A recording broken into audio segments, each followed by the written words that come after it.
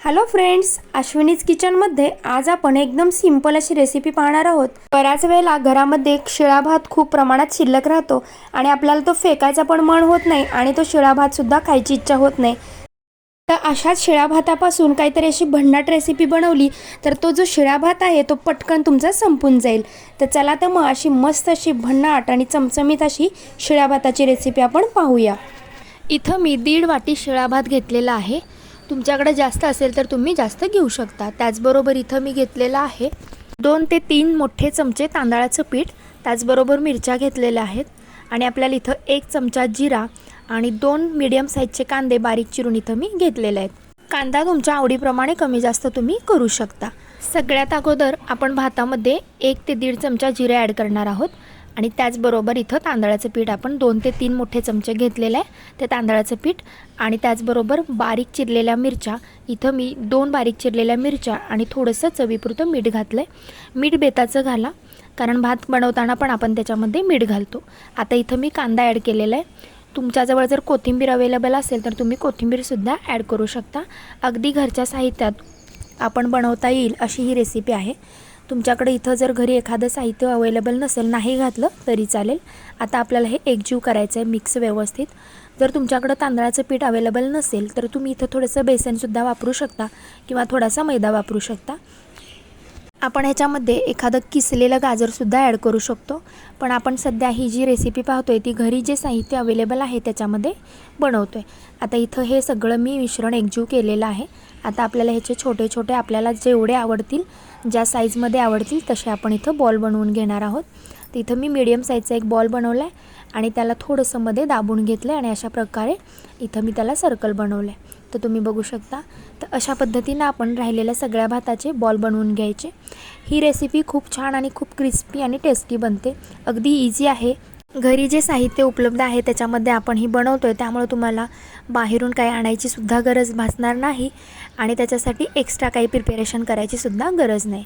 तर अशा पद्धतीनं इथं मी सगळे जे बॉल आहेत ते बनवून घेतलेले आहेत। तुमच्या आवडीनुसार लहान मोठे बॉल तुम्ही इथं बनवू शकता।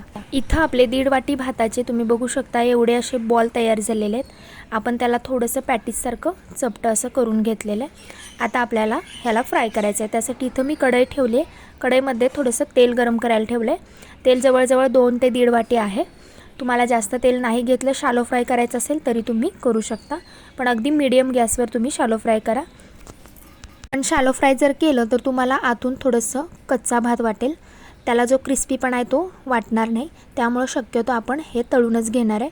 तिथं बघा पूर्णपणे व्यवस्थित गरम तेल केलेलं आहे आणि त्याच्यामध्ये आपण हे छोटे छोटे जे पॅटीस बनवले होते ते टाकलेले आहेत। आता आपल्याला मीडियम फ्लेमवर आपल्याला हे व्यवस्थित भाजून घ्यायचे आहेत। अगदी मीडियम फ्लेमवर भाजल्यामुळे ह्याला एक क्रिस्पीपणा येतो आणि त्याची टेस्ट एकदम मस्त अशी भन्नाट लागते। तर अशा पद्धतीनं आपण थोडंसं त्याच्यावर तेल सोडून हे बघा पलटून घ्यायचं आणि आपल्याला ते एकसारखं तळून घ्यायचं आहे। तिथं बघू शकता थोडंफार त्याचं टेक्स्चर बदललेलं आहे। एकदम क्रिस्पी होतात आणि एकदम ब्राऊन असे आपल्याला तळून घ्यायचे आहेत। तर या पद्धतीनं आपण इथं जे छोटे पॅटीस आपण जे बनवलेले आहेत भाताचे ते अशा पद्धतीने इथं तळून घेतो आहे। याला थोडासा वेळ लागतो तळायला, पण तळल्यानंतर खूपच टेस्टी होतात। तर इथं बघा पूर्ण ब्राऊन असा कलर झाला आहे आणि एकदम भन्नाट असे छान पॅटीस आपले बनलेले आहेत। आता आपल्याला ह्याला काढून घ्यायचं आहे। हाय फ्लेमवर आपल्याला हे तळायचे नाहीत, मग तुम्हाला ते जळल्यासारखा वास येईल आणि क्रिस्पीपणा जो आहे तो तुम्हाला इथं लागणार नाही। आता आपल्याला दुसरी बॅचसुद्धा पहिल्यासारखंच व्यवस्थित अशी मीडियम फ्लेमवर फ्राय करून घ्यायची आहे। अगदी इथं डीप फ्राय आपण करतो आहे, तुम्ही बघू शकता। ह्याला तेल बिलकुल जास्त लागत नाही, पण ज्यावेळेला तुम्ही जास्त तेलामध्ये ह्याला छान असं तळाल तेव्हा त्याला क्रिस्पीपणा जो आहे तो खूप टेस्टी येतो। ह्याच्यामध्ये आपण थोडंसं मिरची पावडर पाहिजे असेल तरी तुम्ही ॲड करू शकता आणि जर मिरची नको असेल तर तुम्ही स्किप करू शकता। तर इथं बघू शकता एकदम परफेक्ट आणि एकदम भन्नाट असे आपले हे छोटेसे भाताचे पॅटीस जे बनवलेले आहेत ते तयार झालेले आहेत।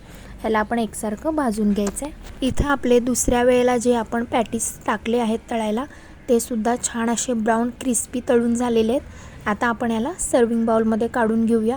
अगदी मस्त आणि भन्नाट लागतात, खूप क्रिस्पी लागतात। तुम्ही सॉसबरोबर ग्रीन चटणीबरोबर खाऊ शकता।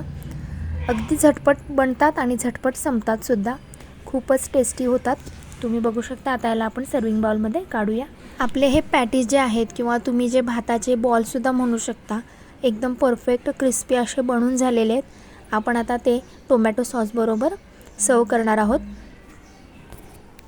मी त्याचा क्रिस्पीपणा आणि त्याचं टेक्स्चर बघू शकता, एकदम परफेक्ट झालेले आहेत. ह्याला आपण कोणतंही एक्स्ट्रा सामान वापरलेलं नाही. जे घरामध्ये आपल्याला अवेलेबल असेल त्या साहित्यामधून आपण हे बनवले. तर हे बघा, आतमधून सुद्धा एकदम भन्नाट झालेले आहेत. तुम्ही ह्याच्यामध्ये बारीक किसून गाजर किंवा कॅप्सिकम सुद्धा ॲड करू शकता. अगदी बारीक चिरलेले कांद्याची पात असते ती सुद्धा तुम्ही घालू शकता. आपल्या आवडीप्रमाणे ह्याच्यामध्ये तुम्ही भाज्या ॲड करू शकता. पण अगदी कमी वेळात कमी साहित्यात आणि झटपट असं आपण हे बनवलेलं आहे. मला जर ही रेसिपी आवडली असेल तर प्लीज लाईक करा, कमेंट करा, शेअर करा. अश्विनीज किचनला नवीन असाल तर अश्विनीज किचनला सबस्क्राईब करा. पुन्हा भेटूया अशाच एका मस्त वेगळ्या आणि भन्नाट रेसिपीसहित. तोपर्यंत बाय.